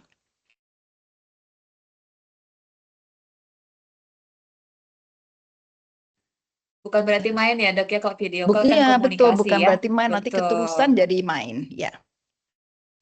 Oke, satu pertanyaan terakhir nih dok dari Ibu Inga Fatmana dok. Dok, salah satu gejala digital eye strain adalah sakit kepala tadi ya dok ya. Apakah ada bedanya sakit kepala karena gangguan mata atau bukan? Membedakannya seperti apa dok? Yang kedua, apakah gangguan digital DS tadi dapat menyebabkan gangguan jangka panjang dok? Atau tadi bisa diobati dok? Seperti apa dok? Silahkan dokter. Iya, iya. Jadi sakit kepala ini kan keluhan yang umum ya, gejala umum maksudnya semua bisa ya mengeluhkan sakit kepala. Jika kita curiga sakit kepala dari gejala digital eye strain, pasti pada saat penggunaan. Jadi itu timbul kalau kita menggunakan layar monitor dengan lama, kita udah berpikir, oh jangan-jangan sakit kepala saya dari ini. Dari apa penyebabnya dari penggunaan yang lama dari digital eye strain tanpa istirahat. Nah, umumnya itu kalau misalnya gangguan pada mata, apalagi begini, harusnya memakai kacamata, tidak memakai kacamata, atau usia di atas 40 yang akomodasinya berkurang, itu paling sering itu mengeluhkan sakit kepala.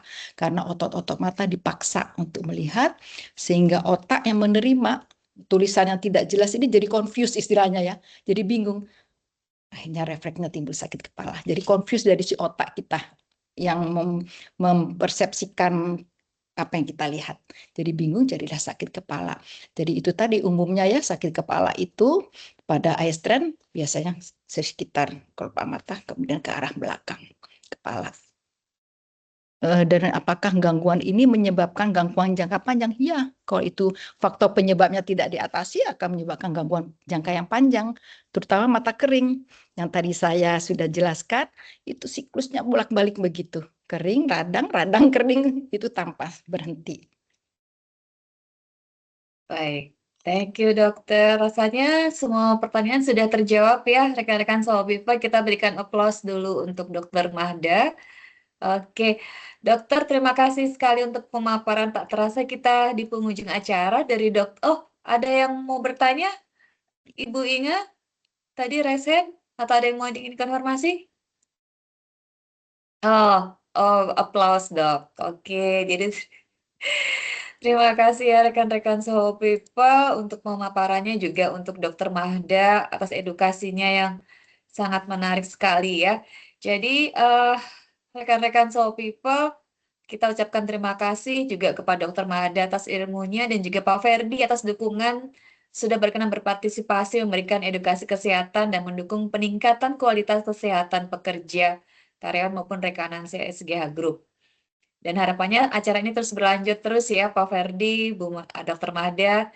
Nah, saya juga sudah sampaikan di layar yaitu link feedback yang kita sudah bagikan juga di kolom chat. Silakan disampaikan topik-topik yang ingin rekan-rekan Solviva ingin bagikan di next sesi ya. Kami akan upayakan bisa menghadirkan narasumber yang expert di bidangnya sehingga bisa menambah knowledge dan juga meningkatkan kompetensi kita maupun kesehatan kita. Nah, recording ini akan kita upload juga di YouTube, izin ya dokter, kami untuk yang Health Talk akan kita upload di sosial media kita, dan dapat diakses kembali untuk mendengarkan materi ini. Materi Dr. Mahda juga akan kami sampaikan juga, kita share juga ke seluruh peserta, dan saya ingatkan kembali bahwa nanti ada 50 orang peserta ya yang berdomisili di Jakarta, termasuk tadi diprioritaskan untuk peserta yang bertanya tadi ya, mendapatkan pemeriksaan refraksi mata khusus di Rumah Sakit Umum Antamedika, seperti disampaikan Pak Ferdi, Senin sampai Jumat mulai jam 8 sampai jam 4 sore. Nanti saya akan sampaikan ya secara detailnya. Nah, next-nya kita ada event juga sebagai webinar series bertema nyaman berpuasa dengan pola makan tepat agar energi tetap terjaga. Dan juga ada satu sesi Health Talk juga nanti di pertengahan juga Maret akan kita sampaikan kembali di WAG ya rekan-rekan semuanya. Silakan rekan-rekan mendaftar untuk sesi tersebut. Akhir kata, saya Trisha Mahwanti mengucapkan terima kasih kepada Dr. Mahda dan seluruh Soul People. Semoga materi dapat memberi manfaat yang besar bagi mental health, bagi kesehatan kita. Dan jangan lupa untuk terus menjaga kesehatan juga fisik kita ya. Karena kesehatan adalah investasi terbaik untuk masa depan. Sampai berjumpa kembali pada SG Webinar Series berikut.